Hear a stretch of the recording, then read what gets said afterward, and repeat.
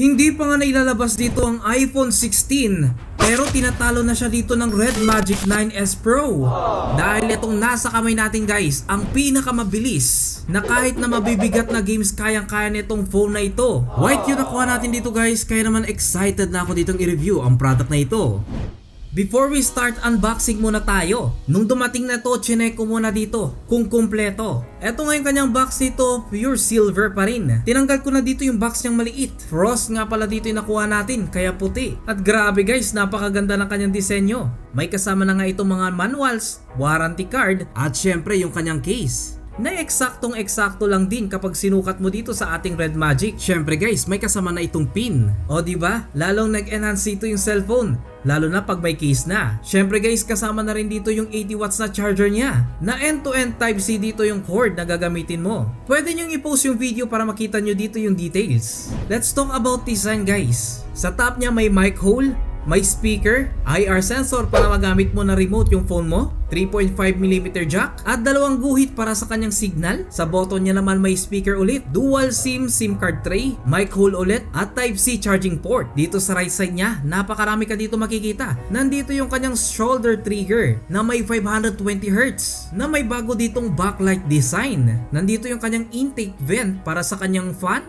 volume rack, power button, at yung kanyang game trigger. Meron ding pangatlong mic hole at dalawang guhit para sa kanyang signal booster. Kaya mas maganda ang connection nito. Kasi sa left side niya, meron na naman dito na signal booster at yung kanyang exit ng hot air na ibinubuga dito ng napakaganda ditong cooling system dito ng Red Magic. Dahil ang cooling system dito ng Red Magic 13.5 na. Meron itong 3D I-Step Dual Pump VC. Ang maganda pa dito ay low consumption siya at tumatakbo pa ito ng 22,000 RPM na high speed. Nadagdagan siya dito ng 10% mula dun sa old version niya, na actually hanggang ngayon gamit pa rin natin.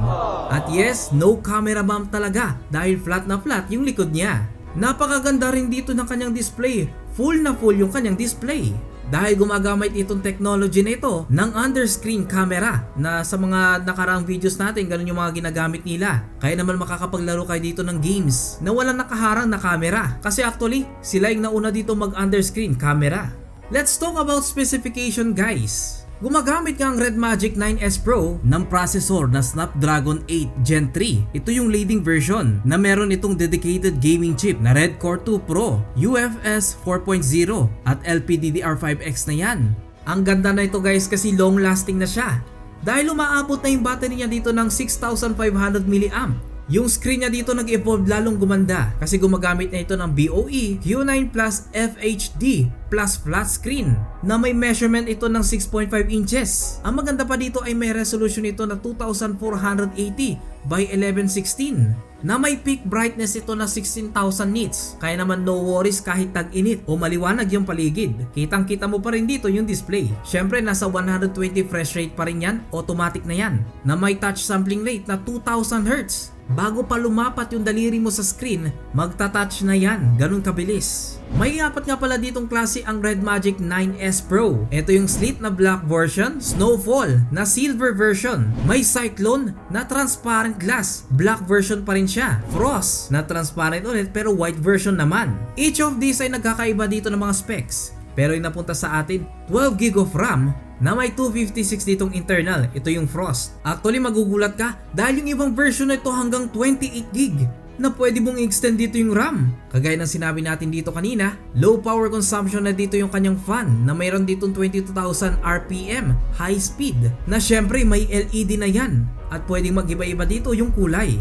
Yung front camera niya pala dito ay meron ditong 16 megapixel na nagkaroon siya dito ng improvement, detailed resolution up to 30%. Rear camera naman niya o yung camera sa likod, gumagamit nga ito ng Samsung GN5 50 megapixel main camera na may OIS optical image stabilization and APL coated anti-glare kaya pwede sa araw. At yung isang camera niya naman dito ay 50 megapixel na naman na ultra wide angle camera. Samsung GN1 naman yung ginamit dito. Tri-camera din ito na may ordinary siya ditong kasama. Meron itong height na 163.98mm, width na 76.35mm at depth na 8.9mm na tumitimbang ito ng 229 grams Kaya actually comfortable pa ring hawakan. Upgraded na dito yung kanyang game space dahil gumagamit na ito ng Red Magic 9.5. Equipped with Android 14, multi-platform, and multi-device interconnection experience at Gravity X with 20 plus new features. Kaya ang dami talaga mga features na makikita ka dito. Syempre may Bluetooth na yan, 5.3 na dito yung Bluetooth niya, mas mabilis. At support niya dito ang NFC. 7th generation na dito yung ginagamit nila dito sa kanyang fingerprint sensor. Kaya naman mas mabilis dito yung respond. Na pinabilis din nila dito yung heart rate detection niya. Kung makapansin nyo kanina, dalawa dito yung kanyang speaker. Kasi 3-dimensional 1115K speaker yung ginagamit dito. At DTS dito, yung quality ng sound nitong phone na ito.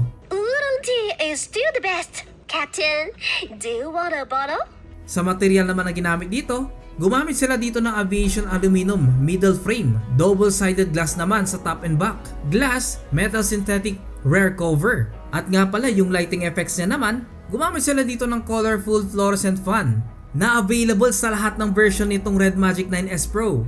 Lahat may kulay at pwede mo pang mai-customize. Before tayo dito maglaro, sinubukan ko ditong i-run ang Antutu benchmark at sobrang init, pero yung Red Magic, kinaya niya dito ang hit. At nagulat ako dito sa score ng Red Magic dahil umiscore lang naman ito ng 2,159,542 na halos 98% ng mga phone, including yung iPhone 16, tinalo ng phone na ito. Masasabi natin ang Red Magic 9S Pro, ang top 1 ngayon na gaming phone. Gaming naman tayo. Sinubukan natin dito ang Mobile Legends at kita nyo naman dito, sobrang smooth ng graphics kahit lahat naka-ultra. Kahit marami pang hero ang umatake sa akin dito at kahit may clash na sabay-sabay dito nagka-cast dito ng mga skills, ay wala tayo dito nakita na delay sa paglalaro dito ng Mobile Legends. Syempre guys, masasabi natin dito kahit ultra pa dito yung Mobile Legends, playable na playable dito sa Red Magic 9S Pro. Ganun kabilis siya. Habang naglalaro rin ako dito ay napansin kong umiilaw dito yung mga lightings niya. Talagang feel na feel natin dito yung laro. Sinubukan ko na rin siya dito sa Genshin Impact at lahat ng mga setting dito, lalo yung mga graphics niya dito, minax ko talaga para makita natin kung magkakaroon dito ng delay sa graphics dito ng Red Magic. Lahat minax ko, kahit yung FPS niya dito, pinull ko pa yan. Overclock na overclock talaga itong ginawa ko sa setting dito ng Genshin Impact. Pero kita nyo naman guys, very smooth at all. Nag-enhance pa nga yung graphics kasi lahat dito gumagalaw. Ang ganda ng mga damo, ang ganda ng mga puno, lahat maganda, pati yung karakter natin. Lalo na yung phone, mas maganda. Inactivate ko na rin dito yung shoulder trigger niya guys para maipakita ko sa inyo na pwede mong iset dito yung left and right niya sa mga buttons ng game na gusto mo ditong laruin para hindi mo na siya dito i-click, itatap mo na lang dito yung shoulder trigger niya at very accurate talaga. Sobrang sarap maglaro dito ng Genshin Impact. Walang kalaglag. 100% na playable dito ang Genshin Impact. Tinesting ko na rin siya dito sa isa sa mga mabibigat na game, itong Asphalt na ito, na sobrang taas dito ng graphics ng laro ito. Kita nyo naman, very playable. Ang ganda ng graphics. Max lahat yan. Tapos tignan nyo naman, hindi tayo nakakita dito ng paglalag. Playable na playable dito ang larong ito. Syempre guys, sinubukan ko na rin dito sa Immortal Kombat para masubukan ko dito yung shoulder trigger niya. At ayun nga guys, very responsive naman siya. Kaso nga lang, natalo tayo dito ng kalaban. After i-test natin ito ng multiple games ay nalobat siya. Kaya naman susubukan naman natin i-charge itong phone na ito. At kung mapapansin nyo guys, 9% na lang dito yung natitira. After 12 minutes of charging, nasa 45% na dito yung battery niya. Ang bilis ma-charge. Dahil sa 80 watts dito na charger niya, 35 minutes lang full na dito yung battery mo. Sinubukan ko naman siya dito at tignan nyo naman, naka-on pa yung phone ko dito at ang bilis natin dito ma-charge yung phone na ito. Eksakto yung sinabi dito ni Red Magic. Pwede ka rin pala dito makipag-interact kay Mora at maka-feature kasama siya. Maraming mga dinagdag dito na feature si Red Magic. Kahit wala naman sa actual makikita nyo si Mora, pwede ka dito makiselfie kay Mora. Marami pang ang features itong Red Magic guys, kaya mag-iiwan nga pala tayo dito ng link sa description para pwede na kayo ditong umorder ng ganitong phone. At syempre bago natin tapusin ang video na to, if you were wondering kung gaano kaganda yung camera niya, eto yung sample dito ng kanyang front camera. Actually guys, gumanda siya dito kumpara nung last version nila. At syempre guys, eto na rin yung kanyang video test. Front cam test ng Red Magic 9S Pro. Ganito po siya, no? So maganda siya pag medyo dim yung light. Ayan, kagaya niyan. Tamang-tamang lightings lang, okay lang siya. Kasi in-display camera siya eh. Ngayon ang problema, pag nagkaroon dito ng liwanag, medyo negative na siya. Yan, no? Naapektuhan yung mukha natin. Syempre, rear camera naman tayo dito.